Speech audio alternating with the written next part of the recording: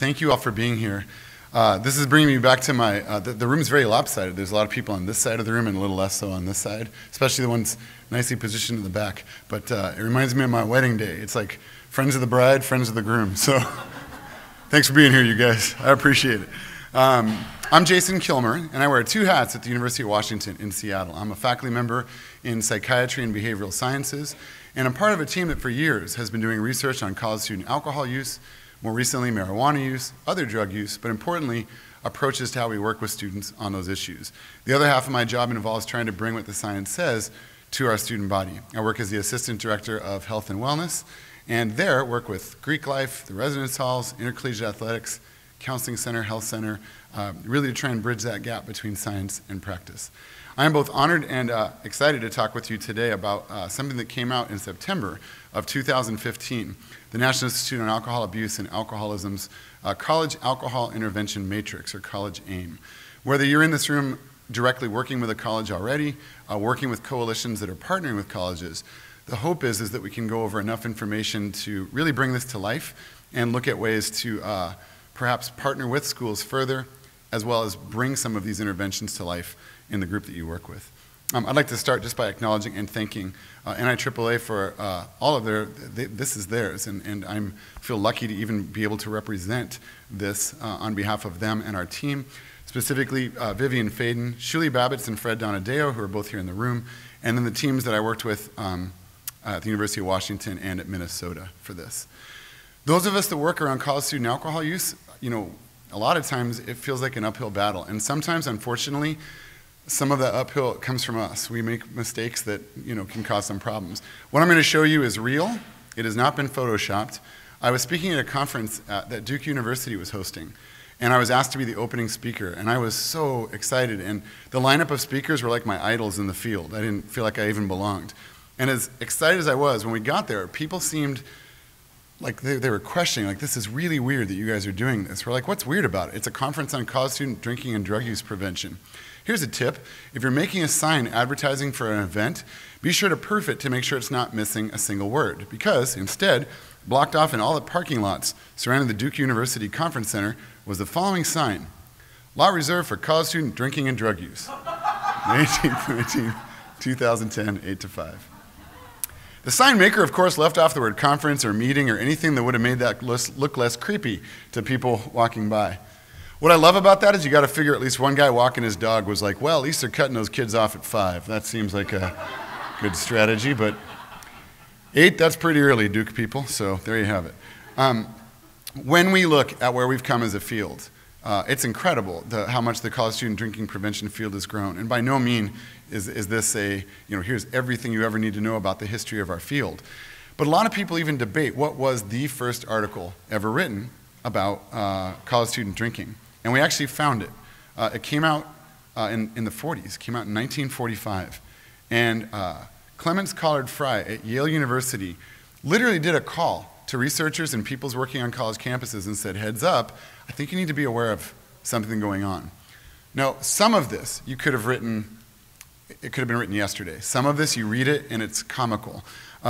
Fry says that the biggest troublemakers on college campuses are the faculty.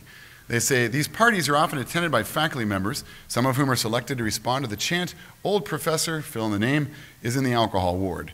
Say the person's name again, drink, drink, drink.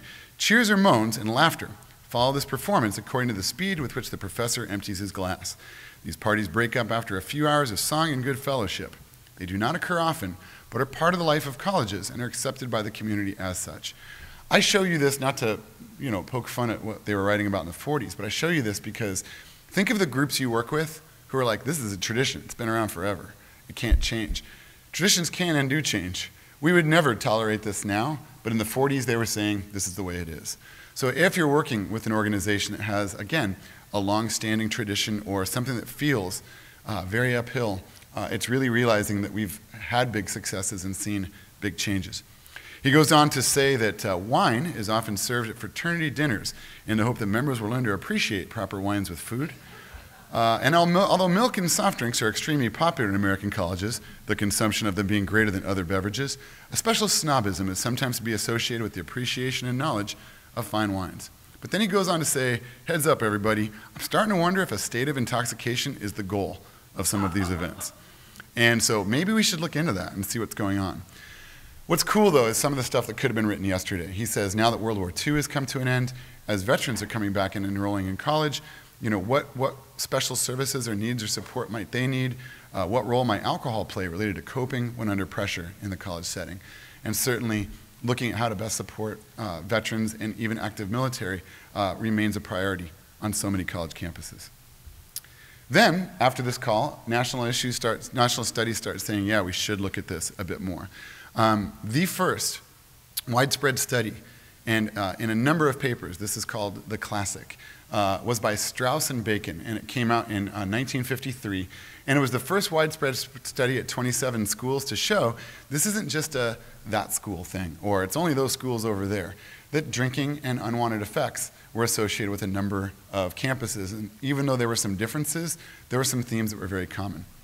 Just as a side note, Google tries to help you a lot, Google Images, by giving you suggestions. And fortunately, I knew this was a report, and I was trying to find a picture of that report. Because when I Googled Strauss and Bacon, I mainly got the composer, Johann Strauss, and bacon, which is delicious. This got the ball rolling, and a number of articles came out after that. I'm going to jump ahead 30 years, largely because of budget cuts. But I'm going to save us some time just to look at the calls that started being made about prevention and what we need to do. David Anderson and his colleague have run the college alcohol study for years, and they started showing something was happening in the mid-'80s. Task force or committee focusing on alcohol education and prevention. In 1979, only a little over a third of schools had that. By 1985, almost 2/3. A dedicated alcohol education coordinator or specialist. This was not a thing in the late 70s, but by the mid-'80s, almost half of schools had that. I would argue now potentially almost all schools have someone at least in a position like that, depending on the setup of the school. But what campuses were doing didn't have an evidence base behind it. The number one things that schools were doing were writing articles in like the school newspaper about the dangers of alcohol, showing films on campus, bringing in speakers, workshops focused on changing attitudes, posters and slogan campaigns, educational handouts, and discussion groups. There was a recognition that we need to do something, but there were no clear guidelines on how to best do that. We saw the legal drinking age change to 21 for all 50 states in 1988. And Alex Wagner and Tracy Toomey have written unbelievable papers showing the impact of this. There's been recent articles, at least in our field, that makes clear. People are like, should we still be debating the legal drinking age? Not according to the science. Because if you look at the impact of raising to 21, it had such an impact on everything from deaths to you name it. So you definitely did see that shift resulted in decreased traffic crashes and decreased drinking. But initially, the research done with college students showed everything from shifts in where students did their drinking. So maybe people still drank, but they didn't want to get caught, so they'd go elsewhere and it potentially increased risk. Or people actively tried to avoid getting caught, and that led to increased risk-taking, became the other issue. So then there was a call done on college campuses in the mid-'80s by Dennis Roberts and Anthony Nowak. While I definitely do research for half of my job, I'm also very proud to be in student affairs and student life for half of what I do. And I think it's great that these folks came from a student life setting. And what they said, I'm quoting directly from their article, they're talking about all these things happening around the legal age changing. But they say another approach that may help during and after the transition to the minimum drinking age of 21 would be to make funds available to institutions of higher education to develop, test, and disseminate information about model alcohol education programs. Approaches to alcohol education are already in use. These approaches need to undergo rigorous evaluation and then be made available for application throughout college campuses. Jumping ahead then, there was this sense of we need to find what works. And the really first big push that college campuses got came in April of 2002 with the Call to Action Task Force report. In April 2002, NIAAA released this, and it was a summary, in essence, of what works in impacting college student drinking. And it broke down, it looked at a 3-in-1 framework. What do you have to do to work with high-risk individuals? What approaches target the campus itself? And particularly relevant to coalitions, what targets the surrounding community? And looked at 4 tiers of effectiveness. What just works in reducing college student drinking and/or related consequences. And to be considered, there had to be 2 or more studies with behavioral outcomes and a comparison to a control group to make sure that worked. Tier 2, what works with the general adult population that we certainly could do and try with college students and is still recommended. Tier 3, what has logical and theoretical promise but needs more comprehensive evaluation. And Tier 4, what just doesn't work, what has evidence of ineffectiveness. And so this was available in 2002. When you look at what was in Tier 1, a lot of what worked then still remains the most efficacious and effective approaches. One, this is a mouthful, but it's combining cognitive behavioral skills. If people make the choice to drink, ways to do that in a less dangerous or less risky way, with norms clarification. I'm imagining a number of you are familiar with norms-based approaches that look at correcting misperceived norms about what's going on around you, and motivational enhancement interventions. Bill Miller and Steve Rolnick developed motivational interviewing. Motivational enhancement approaches are non-judgmental, non-confrontational approaches that focus very much on meeting people where they are in terms of their level of readiness to change, and seeks to explore personally relevant reasons to change. What's in it for me as that 18-year-old sitting across from you to say, wow, I think I'm going to try and cut down on my drinking? The only program mentioned by name as an example of such an approach was Alan Marlat's Alcohol Skills Training Program. Second, offering brief motivational enhancement interventions. These were one-on-one, driven very much by motivational interviewing. The only program mentioned by name as an example, brief alcohol screening and intervention for college students, basics, also developed by Alan Marlat at the University of Washington. And finally, challenging alcohol expectancies. There was an update that came out in, this got huge play. And the week that it was released, it was hard to not find this as front page material. For some people, it raised awareness that, wow, college students are having some challenges. And for others, it was so exciting that we could see, look, there are successes though. There's things that absolutely work in terms of responding to college student drinking. An update came out in 2007. This is still a downloadable update. And it really showed how much the research field took off. At the time of the 2002 paper, Mary Larimer and Jessica Krantz summarized the individually focused interventions. In 15 years, leading into the original Call to Action Task Force report, there were 44 unique intervention conditions. In the 5 years that followed, or in the 7-year span that followed, that number actually increased. It was over 60 new interventions. Tracy Toomey's team showed very few studies of environmental approaches with college students at the time of the 2002 review, but 110 environmental approaches, 36 of which specifically targeted college students at the time of the 2007 review. So the question was, great, we got this, right? How does this translate to what college campuses were doing? Tobin Nelson at the University of Minnesota sent out surveys to college administrators and said, in the 8 years since the Call to Action Task Force report was released, how has that changed what you're doing on your campus? And unfortunately, 21% of administrators said, what Call to Action Task Force report? They weren't familiar with it. So the good news, looking positively, 79% of colleges were at least aware of it. 1 in 5 weren't even aware.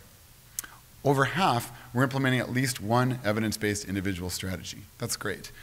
Only a third were implementing an evidence-based environmental strategy. But what was interesting is that almost all, 98% of colleges, provided some sort of education regarding alcohol, but most of it was not evidence-based. There was still, we were getting these guidelines on what to do, but there still was a gap. And the question became, how do we close that gap?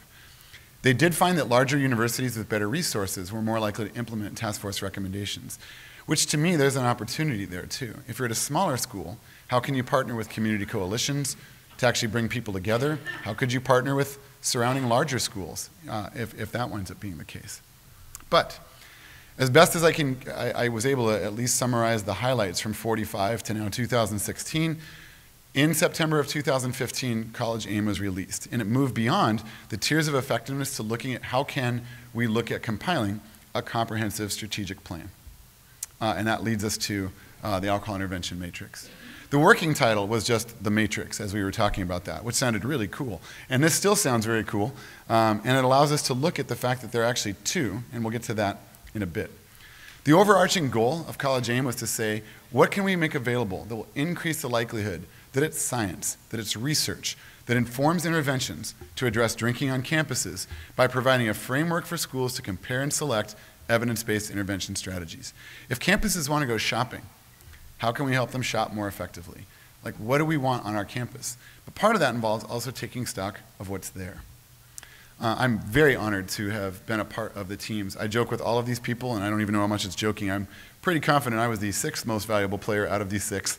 But Mary Larimer, the director of the Center for the Study in Health and Risk Behaviors at the University of Washington, Jessica Krantz, my friend and colleague who actually is now at the University of Oregon, and me from UW, Tracy Toomey, Tobin Nelson, and Kathleen Link from University of Minnesota. We were part of the teams that looked at developing this, and phase 1 was find interventions. If it's in the published literature, track it down and look at what will be included in CollegeAIM. Figure out which dimensions they'll be evaluated on and develop a coding system so we could look at genuinely, all these articles and get a sense of how to at least level the playing field in terms of how they're rated. Phase 2 involved identifying, reviewing, and rating all of that substantial literature on college alcohol interventions, and ultimately, nearly 60 interventions on multiple dimensions were rated. There's a lot on this slide, but just to walk you through kind of the highlights of what's on this slide, we tried to take a look at essentially the relative effectiveness. Was this higher, moderate, limited effectiveness, or was there science that said this isn't a very effective strategy? What about the ones where there's insufficient evidence to rate? I mean, in some ways, that's an opportunity for research. If it's like, look, this is something promising, there's not enough science out there to make a ruling, in some ways that's a cool opportunity then to look at. If we were to add to the science, could we explore this approach if it's something we want to try and do? Amount and quality of research, the relative monetary costs for program and staff for adoption and implementation as well as maintenance. The relative magnitude of barriers, where might there be challenges to bringing these to scale? Staffing expertise, if you were going to do this on a campus or in a community, what background did a person need, or what type of position should likely someone be in? Is this a federal, state, local, or college strategy level? Again, I sit on 2 coalitions, and a number of those certainly involve state things, but certainly looking even at local opportunities are there as well. The public health reach being broad versus limited, the target population, the research population. If there are short versus long-term effects, we looked at that only for individual approaches, and the primary modality, which we also looked at for individual level as well. Phase 3 was this unbelievable tagging back and forth, where there were 10 additional researchers, all blind to us, who reviewed the ratings, looked at their sense of, do I agree, disagree, their knowledge and judgment, and provided feedback. They would send that back to the development team. We would respond to comments, send back out. They would raise new questions, and only when we got to a point where the 6 on the team and the 10 reviewers said, you've got a tool here, did we write the end. Which we actually didn't write. We didn't write the end, but that's when we knew that we were done at that point. And so I've told some people, there's no article I've ever been a part of that went through the peer review process that this went through. But what's great about that is that there was so many folks that really contributed input to this and really worked on establishing a consensus as best as possible. And the goal was, can we then take those hundreds of studies and have a user-friendly tool that doesn't require someone to necessarily dive into the literature themselves, partner with a researcher, anything like this. This was deliberately a slide with too much, just to show you, look at all of the strategies. So when people say, we'd like to respond to college student drinking, but we don't know where to start. When people say, are there really that many tools out there? I hope you can walk away and say the answer is clearly yes. The question is, what tool works best for the population you're working with, the setting, the time, the staff, you name it. So this is where you can download CollegeAIM. It's from NIAAA's collegedrinkingprevention.gov website. And there's both an HTML version, which you can certainly, it's very interactive, and I'll try and talk about that. There's also a PDF version, which is certainly more mobile, especially if you're not having access to internet. We've always said, if you can choose between the two, the HTML one is so much more interactive to actually be on the website. But certainly, if it's just having something in front of folks, the PDF version can work as well. And so the question is how can a school and or coalitions use CollegeAIM?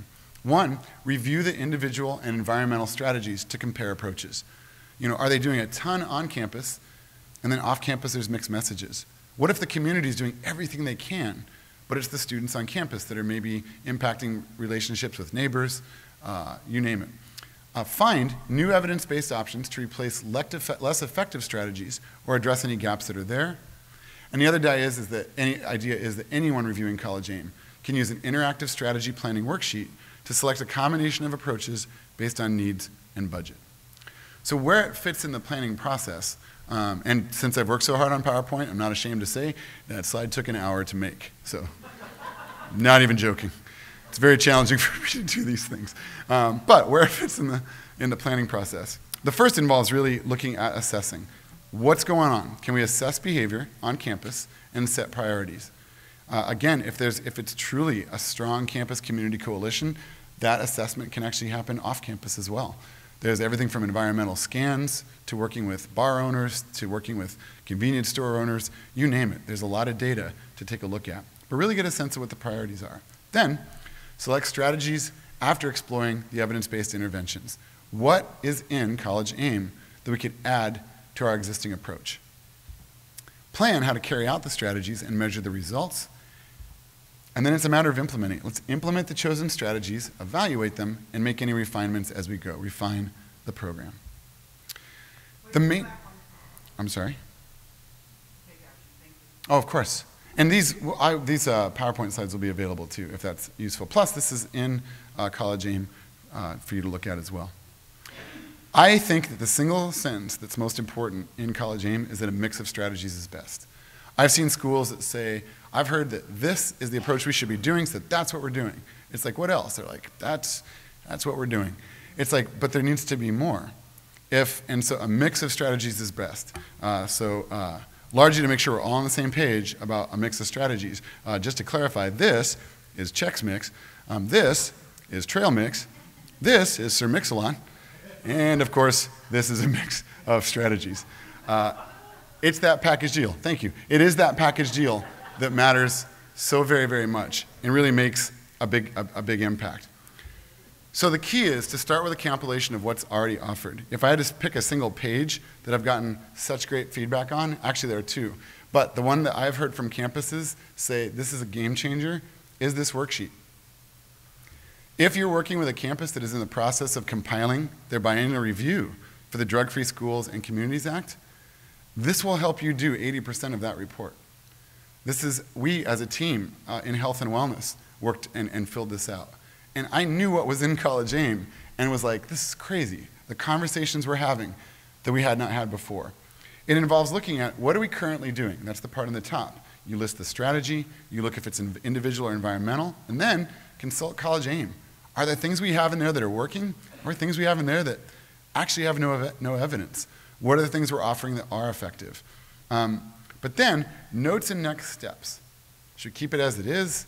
Do we need to modify it to boost effectiveness? Do we have to add complementary strategies? Shift to more effective options? What makes the most sense? What's interesting here is you may have a very effective strategy in place, but what if people aren't getting to it, for example? There's an opportunity to look at what would need to be changed. Then, it's the shopping list part. I love shopping, so I like pretending that it is shopping. It's looking at the possible new strategies. What could we do that's in CollegeAIM that we're not currently doing that could be a complement to or in place of other strategies that we have in place? So once you complete that list, literally consult CollegeAIM to take a look at where to go next. So the question is then, what does the matrix look like? If you've seen the movie, you know it looks like this, of course, and that's important. Sadly, ours looks a little bit different. And in fact, there are two. There is one matrix for individually focused approaches, one for environmental level strategies. So to try and at least bring that movie imagery a little bit further, we'll get to that. But this is the individual matrix. Again, there's a lot on here, and it's not meant to be digestible at this moment. It's meant to show you this is the breakdown. The columns are based by relative cost. The left, lower cost, the middle, mid-range cost, and then on the right side, higher costs. And then the rows are the levels of effectiveness. Higher effectiveness, moderate, lower, ineffective, or too few studies to rate. And so this allows you to take a look at that. That was the individual. Here's the environmental level strategies. Also organized by relative cost as well as effectiveness.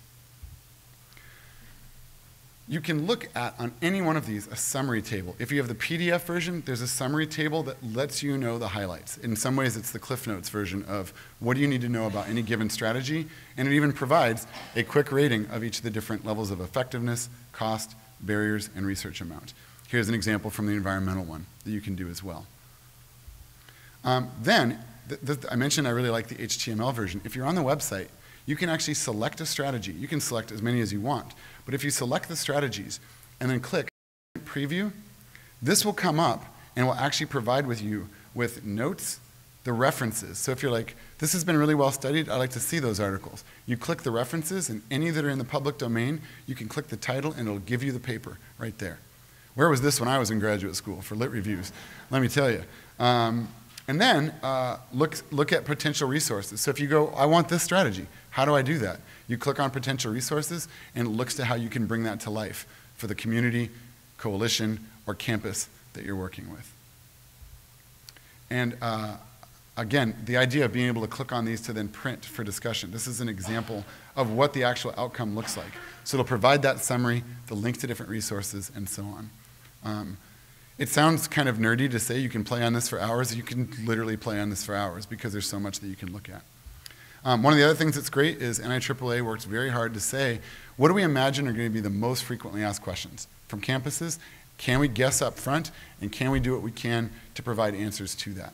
And so there's an FAQ page where you look at the question, you click on the question, it provides you information that could help inform an answer that you have. And this is a evolving and continually growing page. We've actually already made adjustments to this even since its release in terms of looking at updates. So as a case example, Neo School is targeting driving under the influence of the wrecked car display. His school is considering adding either a beer goggle simulation or a bystander intervention program. So start with individually focused or environmental. Again, just to carry my movie imagery a bit further, there's the individually focused and environmental level. Hopefully if you watch the movie, you're like, yes, I remember this scene. There's Lawrence Fishburne checking him out with the two options. But if he says, I'm going to look at all of these, he looks at the wrecked car display, and this formats a bit differently on this computer than on mine, so I'm sorry for this looking off a bit. But they looked at the wrecked car display and realized this is not a rated approach. They then look at the beer goggles program, and they realize this, too, is not a rated approach. There's not a science with this age group behind that. But they talked about potentially what they could do instead. And they're looking at the potential for bystander approaches. What can we do to have students that maybe who aren't drinking, if they see someone that needs help, if they see someone that wants to be able to intervene, how can we provide them with the skill set to feel more comfortable saying, I'm concerned about you, or I need to talk to you, or let's get those keys. And so instead, decides they're going to go a bystander route. And this is genuinely an example of how you could bring this to scale and approach it this way. So the other thing is I really do think you can use CollegeAIM to consider how students are getting connected to strategies. I was telling Fred that I saw this quote that I'm in love with, even though it's a little, if you're needle phobic, it sounds kind of gross. But it was something that said the use of effective interventions without implementation strategies is like serum without a syringe. The cure is available, but the delivery system is not. If you have the greatest program in the world, but people aren't getting to it, or they're unaware of it, let's say you have a program for mandated students, but on an environmental level, there's inconsistent enforcement of policy. Consistent enforcement of policy, environmental approach, will actually increase people's access to this individually focused approach once they're sanctioned, mandated, and so on. So I really do think looking at what delivery systems do we need to put in place to really make sure that these effective strategies are getting out there. So one of the questions is, after a few national conferences, after some major discussions, what's been the early feedback about this? This is purely anecdotal. People have said how much they enjoy the direct access to articles. So if they want to find out what the evidence is supporting a single approach, really getting at the ability to access that immediately. And people find that very attractive. The worksheet. People have said, for sure, that worksheet matters and matters a lot and has been very, very useful. The FAQ page. So many of the things that people have, get asked by college administrators, by folks in their community, are already on that sheet. And so we can look at that with the FAQ. People have said, HTML versus PDF, they made very clear, if a mix of strategies is best, so is a mix of access. Both have been very, very helpful for folks. It's very helpful prioritizing in a tough budget climate. I made a joke about budgets, but if we've got very limited expenses, what can we do to maximize the bang for our buck? If there's an approach that we're doing that's pretty expensive but doesn't have a lot of impact, is there something that's less effective and more impactful, less expensive and more impactful that we could use to replace it instead? And what I thought was also really cool, NASPA, the National Association of Student Personnel Administrators, their conference was just a week and a half ago. And it was on alcohol, other drug, and violence prevention. The folks in attendance there said they have found this so useful since its release on their campus that people wish there were similar tools for marijuana prevention, for example, as well as sexual assault, relationship violence, stalking, harassment, prevention efforts. This really has put an emphasis on, let's look at what the science says and make the best science-based decision that we can make. Talking a bit about implications for coalitions, talking a bit about future steps, and then we wanted to leave enough time for discussion as possible. So whatever comments people have, questions, I want to be able to provide ample opportunity to address that. For coalitions, I think it's so important that coalitions realize the opportunity to bring key stakeholders, both on and off campus, to the table. We had a meeting, last Monday, on our campus community coalition, where we have Seattle Police and UW, University of Washington Police at the same table. We have business owners in the neighborhoods surrounding campus, everyone from our director of fraternity and sorority life, you name it. We're all in this together. And really getting a chance to have those key stakeholders there is important. There may be things that you all want as people either overseeing or directly running a coalition that everybody's on the same page with. And there's the chance, if you have those key stakeholders there, to really kickstart momentum on these issues. Plus, many of the environmental strategies require the involvement of off-campus partners. And I think that can be key as well. If it's everything from compliance checks in bars, having someone from your liquor control board or someone that's in a position to be able to do that in the community is an opportunity and a strength. You can really reduce barriers to disseminating best practices by even raising awareness of what works. We talk a lot about one of the barriers to getting evidence-based things in people's hands. It's on us in research, as researchers. A lot of things get published in journals that a person might not ever have a reason to encounter in that form. How do we get the science out there in a way that's digestible and approachable? And this does that, and it does that well. And even though it's probably an overused image, I really so firmly believe any one thing we do is part of an overall puzzle. You may have a lot of great pieces in place, and this is an opportunity to look at where are the missing pieces, and what could we do to fill those in? And are there pieces that don't even know that they're on a part of the same puzzle? A coalition can connect and build bridges like I've never seen.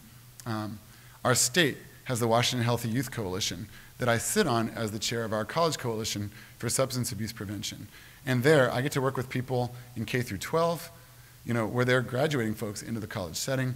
We get to see people from law enforcement, and it makes me truly realize both how complicated this is, but how valuable and important coalitions are. I think that really looking at, based on what you're doing with a campus or with your coalition, looking at high-risk times of year. I'm curious, I realize we're a big group, but if you think back either to what you experienced in college or if you look at your community, what times of year, what holidays, what events stand out to you as being kind of heavier drinking times? What would you say, out of curiosity? Please. The first few weeks before and maybe a couple weeks after school starts. Sure, so right at the beginning of school starting, in that area-ish. Absolutely. What else? Halloween. St. Patrick's Day. Finals. Spring break. Go ahead, way in the back. Homecoming, and right in front of you? There we go. People are stealing things out here. It's amazing. Go ahead, way in the back. Oktoberfest, home football games, all these things. The not so good news, obviously some unwanted effects can go along with that. The better news, we know when all of those are. So the opportunity to do some event-specific prevention is very much there. Fran Del Boca is a researcher that had first-year students keep diaries of their drinking their whole first year of college. It was done online. It wasn't like, dear diary, I had a beer today, XOXO. And she summed their weekly totals, and she found that the heaviest drinking week of a first-year student's first year of school was the week of spring break. New Year's week, driven almost entirely by New Year's Eve. And then apparently students are thankful about a lot of things. like stuffing, because we can see that that winds up being pretty high too.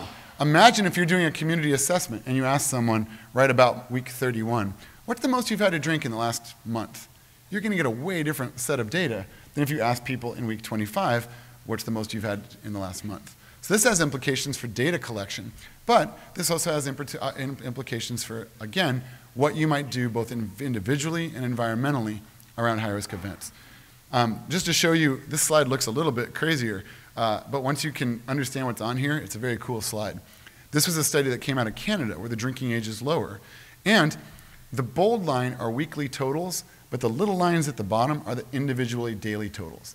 What they showed is we even need to be mindful of holidays, the weekends surrounding holidays. You know, this year, Halloween fell on a Saturday. For us, it was a home football game. It was also the daylight savings time, so we set clocks back an hour so the night lasted forever. So that was particularly eye-opening. But here, notice that Halloween fell on a Tuesday. And it certainly was a much higher Tuesday than normal, but it was the weekend surrounding Halloween where a lot of the risky drinking took place. In this particular study, St. Patrick's Day was the single heaviest drinking day among college students.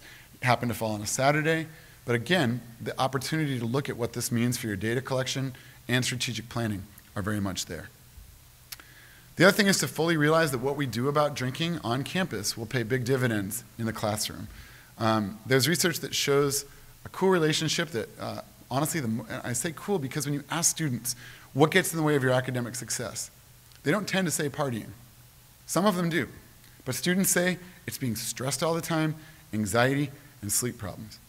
But the science shows that the more a person drinks, the more they also report being sleepy all the time, and the lower their GPA is. And there's actually such nice research also available on the NIAAA website summarizing the impact of alcohol and sleep. You can see that this can actually cause problems with anxiety and sleepiness. Heavy drinking is associated with lower grade point average, and students at research universities who are heavy episodic drinkers, people that are drinking in quotes, a binge way, are less likely to be engaged in interactions with faculty.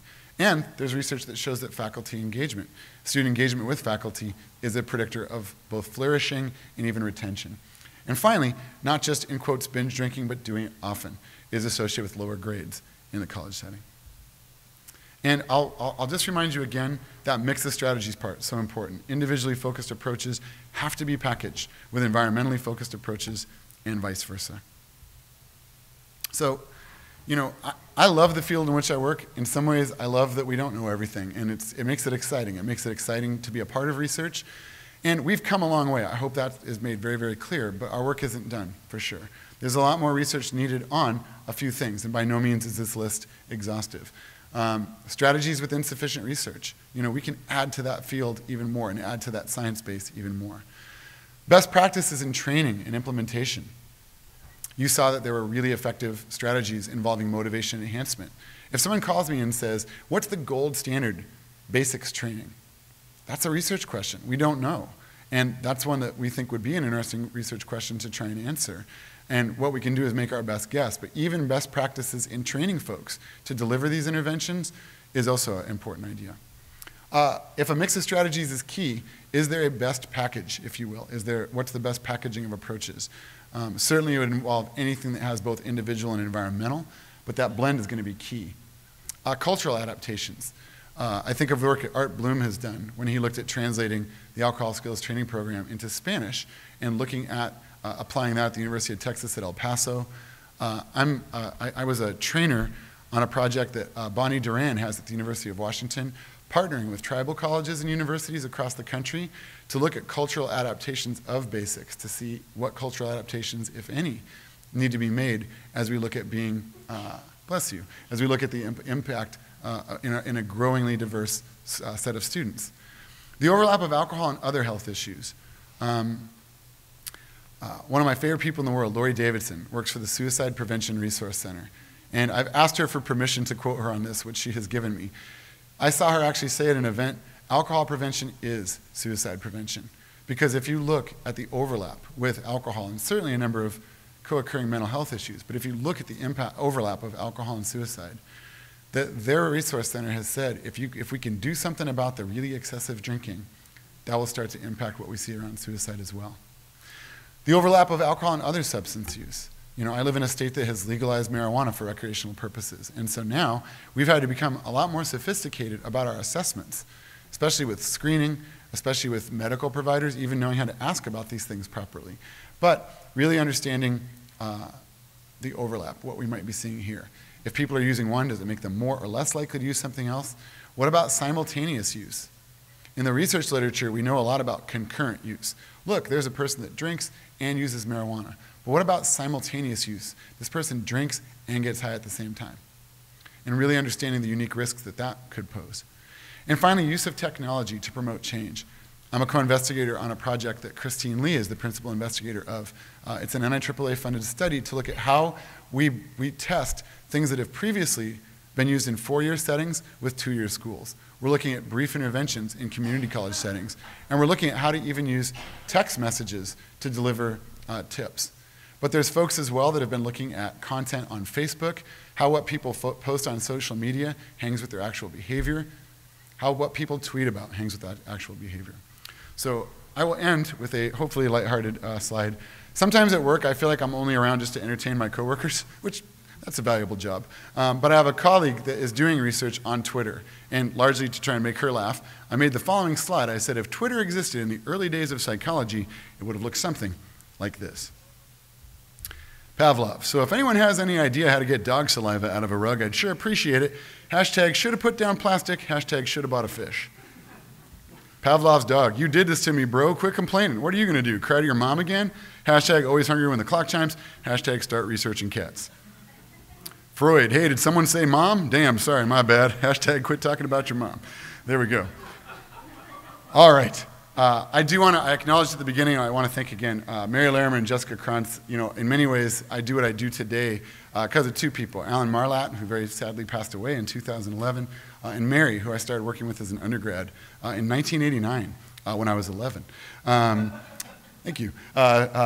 Jessica as well, who again we miss so much now that she's down at Oregon. The folks from NIAAA, and I didn't mention him at the beginning, but Ralph Hinkson has done so much to really make sure that people see the importance of this. He's put a real face on this, and every time I see Ralph present, you know, he really, it's more than just statistics, and this is a brilliant epidemiologist who does a great job telling the story that our stats tell us, but also shows the human impact. Everything from, you know, making sure that something's done in memory of or of someone, or bringing one of these stories to life. But every time I see Ralph present, I just appreciate how much he's been able to really get that science out there and in people's hands.